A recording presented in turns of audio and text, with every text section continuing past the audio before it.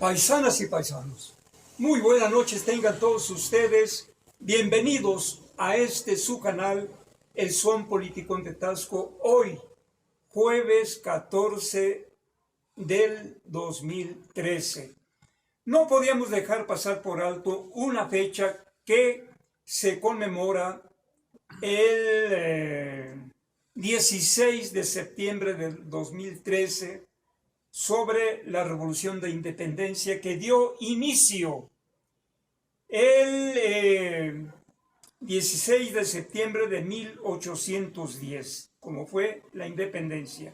Nunca antes gobiernos priistas, gobiernos panistas, menos, claro, habían dado tanta importancia a estos tres grandes acontecimientos, tres revoluciones, tres guerras armadas, tres grandes transformaciones, como lo califica el presidente López Obrador, como lo fue la Guerra de Independencia de 1810, como lo fue la Guerra de Reforma o Guerra de 3 años, encabezada por el licenciado Benito Pablo Juárez García, y la Revolución Mexicana encabezada por el apóstol de la Revolución, Francisco I. Madero.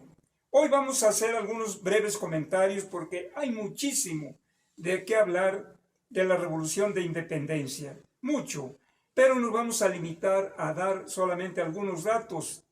¿Qué fue la Guerra de Independencia de México en 1810?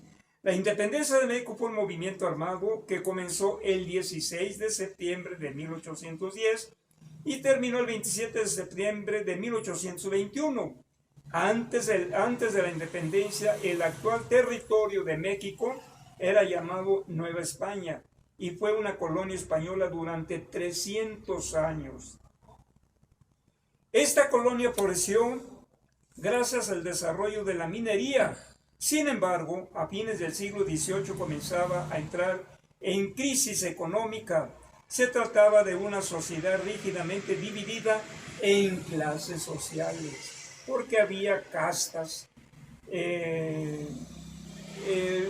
dependiendo también de la raza se definía en grados, dependiendo de la cantidad de ancestros europeos, y aquellos de raza europea más pura, según ellos, obtenían mayor privilegio.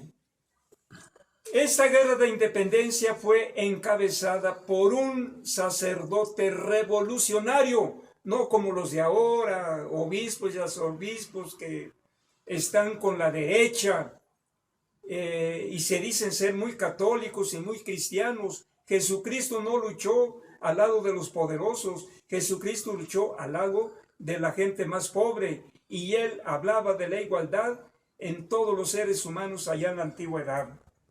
De tal manera que Miguel Hidalgo encabeza este movimiento con otros, pues, criollos, como lo fue Aldama, Allende, Abasolo, José Ortiz de Domínguez, Leona Vicario,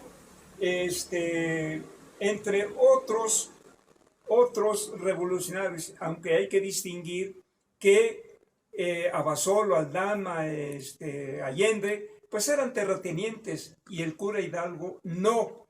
Él era un hombre ilustrado, muy preparado, que había leído a los enciclopedistas de allá del siglo XVIII en Europa, Rousseau, Montesquieu, Diderot, entre otros. Entonces estaba debidamente preparado y sabía a lo que se iba a enfrentar.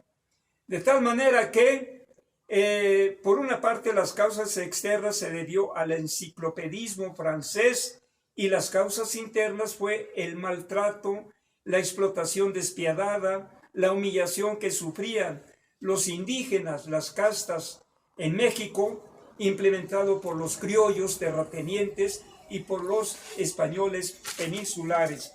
Estas fueron las causas de la Revolución de 1810. Hidalgo se enfrentó, Hidalgo declaró la abolición de la esclavitud por allá más o menos en 1811 y procedió a repartir tierras, lo cual no le gustó a estos hacendados mexicanos. Pero, desgraciadamente, el 21 de mayo de 1811 fue capturado el cura Hidalgo, fue detenido, fue maltratado, fue masacrado, fue humillado por el alto clero de aquella época, encabezado por un alto jerarca de la Iglesia Católica, como lo fue Manuel Abad y Queipo, un perverso parecido a los de ahora que están del lado de la derecha. Y entonces, pues buscaron la forma, no había cómo encontrarle la culpabilidad al cura Hidalgo, le buscaron hasta que encontraron un motivo, y entonces lo que pasa es que a Miguel Hidalgo se le implementa un juicio, edicto de excomunión contra el cura Miguel Hidalgo y Costilla. Dice: decreto lanzado por el obispo Manuel Abad y Queipo, obispo de Michoacán, de 1810 a 1815. Y dice así argumenta este juicio. Perdón, está haciendo un poco de frío. Y empieza diciendo así, Abad y Queipo: por autoridad del Dios omnipotente, el Padre, el Hijo y el Espíritu Santo, y de los santos cánones y de las virtudes celestiales, ángeles, arcángeles, tronos, dominaciones, papas, querubines y serafines, de todos los santos inocentes, quienes a la vista del santo Cordero se encuentran dignos de cantar la nueva canción, y de los santos mártires y santos confesores, y de las santas vírgenes, y de los santos juntamente con todos los santos y electos de Dios. Sea condenado Miguel Hidalgo y Costilla, ex cura del pueblo de Dolores. O excomulgamos y anatemizamos y de los umbrales de la iglesia del Todopoderoso Dios los secuestramos para que pueda ser atormentado eternamente por indecibles sufrimientos, justamente con Detán y Abirán y todo aquello que le dicen al Señor Dios: vete de nosotros, porque no queremos ninguno de tus caminos. Y así como el fuego es extinguido por el agua, que se aparte de él la luz por siempre jamás. Que el Hijo, quien sufrió por nosotros, lo maldiga. Que el Espíritu Santo, que nos fue dado a nosotros en el bautismo, lo maldiga. Que la Santa Cruz, a la cual Cristo por nuestra salvación ascendió victorioso sobre sus enemigos, lo maldigan. Que la Santa y Eterna Madre de Dios lo maldiga. Que San Miguel, el abogado de los santos, lo maldiga. Que todos los ángeles, los principados y arcángeles, los principados y las potestades y de todos los ejércitos celestiales lo maldigan. Que sean San Juan el Precursor, San Pablo y San Juan Evangelista y San Andrés y todos los demás apóstoles de Cristo juntos lo maldigan. Voy a seguir sintetizando. Sea condenado Miguel Hidalgo y Costilla en donde quiera que esté, en la casa, en el campo, en el camino o en las veredas, en los bosques o en el agua y aún en la iglesia. Que sea maldito en la vida o en la muerte, en el comer, en el beber, en el ayuno o en la sed, en el dormir, en la vigilia y andando, estando de pie o sentado, estando acostado y andando,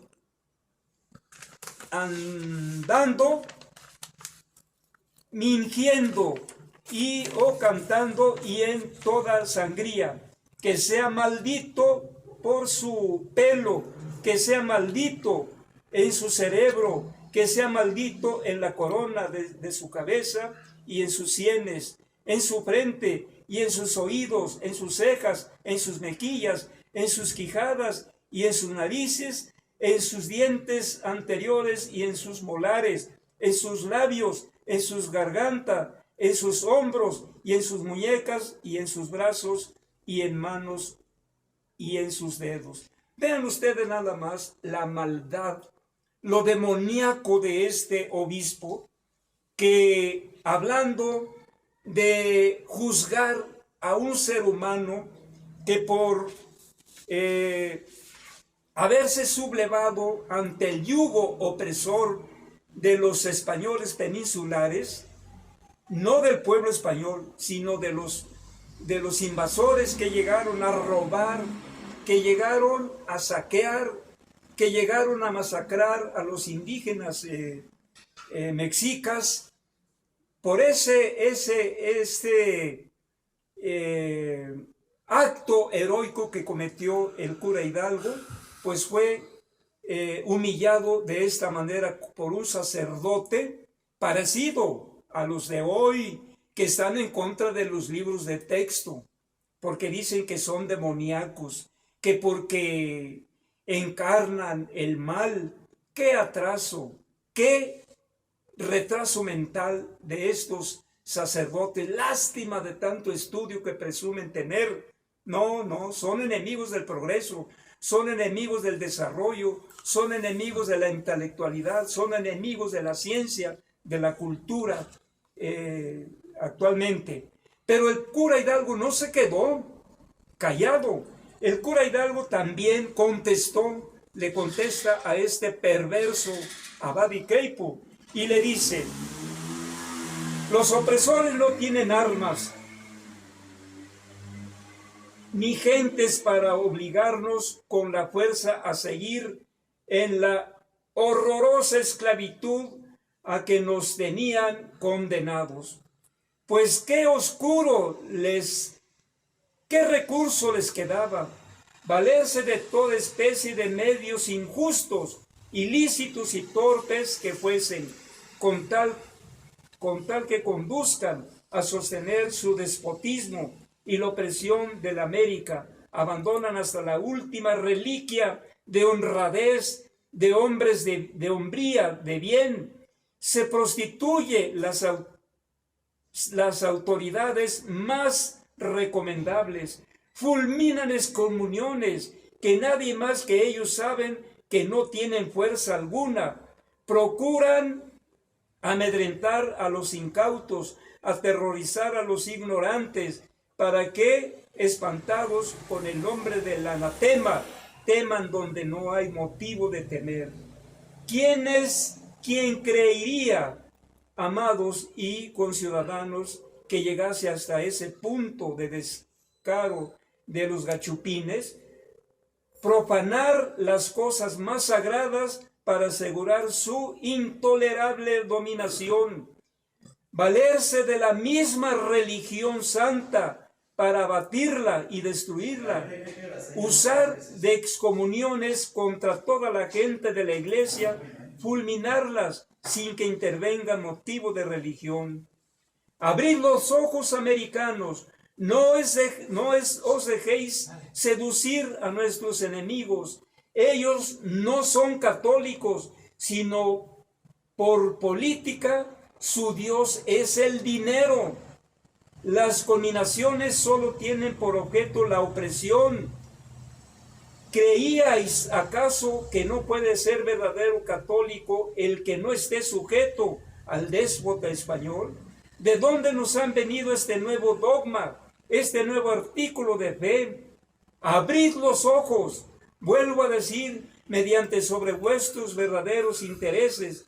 De este precioso momento depende la felicidad o la infelicidad de nuestros hijos, de nuestra numerosa comunidad. Son ciertamente incalculables, amados conciudadanos míos, los males a que quedan expuestos si no aprovecháis este momento feliz que la divina providencia os ha puesto en las manos. No escuchéis las seductoras voces de nuestros enemigos que bajo el velo de la religión y de la amistad os quieren hacer víctimas de su insaciable codicia. Vea nada más qué respuesta le da el cura Hidalgo a este perverso obispo de Michoacán, porque el cura estaba convencido, pues, de que él estaba luchando al lado de un pueblo, siguiendo el ejemplo de Jesucristo allá en la antigüedad.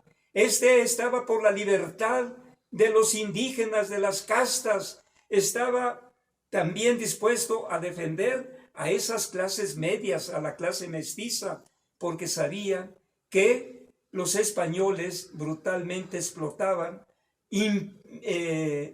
inmisericordiosamente o en forma bestial explotaban a los indígenas y todo aquel que carecía de un medio para poder vivir dignamente. Así que esto es, en parte, paisanas y paisanos, como los acontecimientos que se dieron en esa primera transformación, pasando después por la segunda, que es la Reforma, y luego la Revolución, considerada como la tercera revolución, armadas las tres. Hoy en día el presidente López Obrador dice: vamos a cambiar a México, vamos a darle a los mexicanos más pobres lo que merecen, lo que siempre les negaron los políticos del PRI, del PAN y de otros partidos. Hoy en día la distribución de la riqueza se está haciendo de una manera más justa.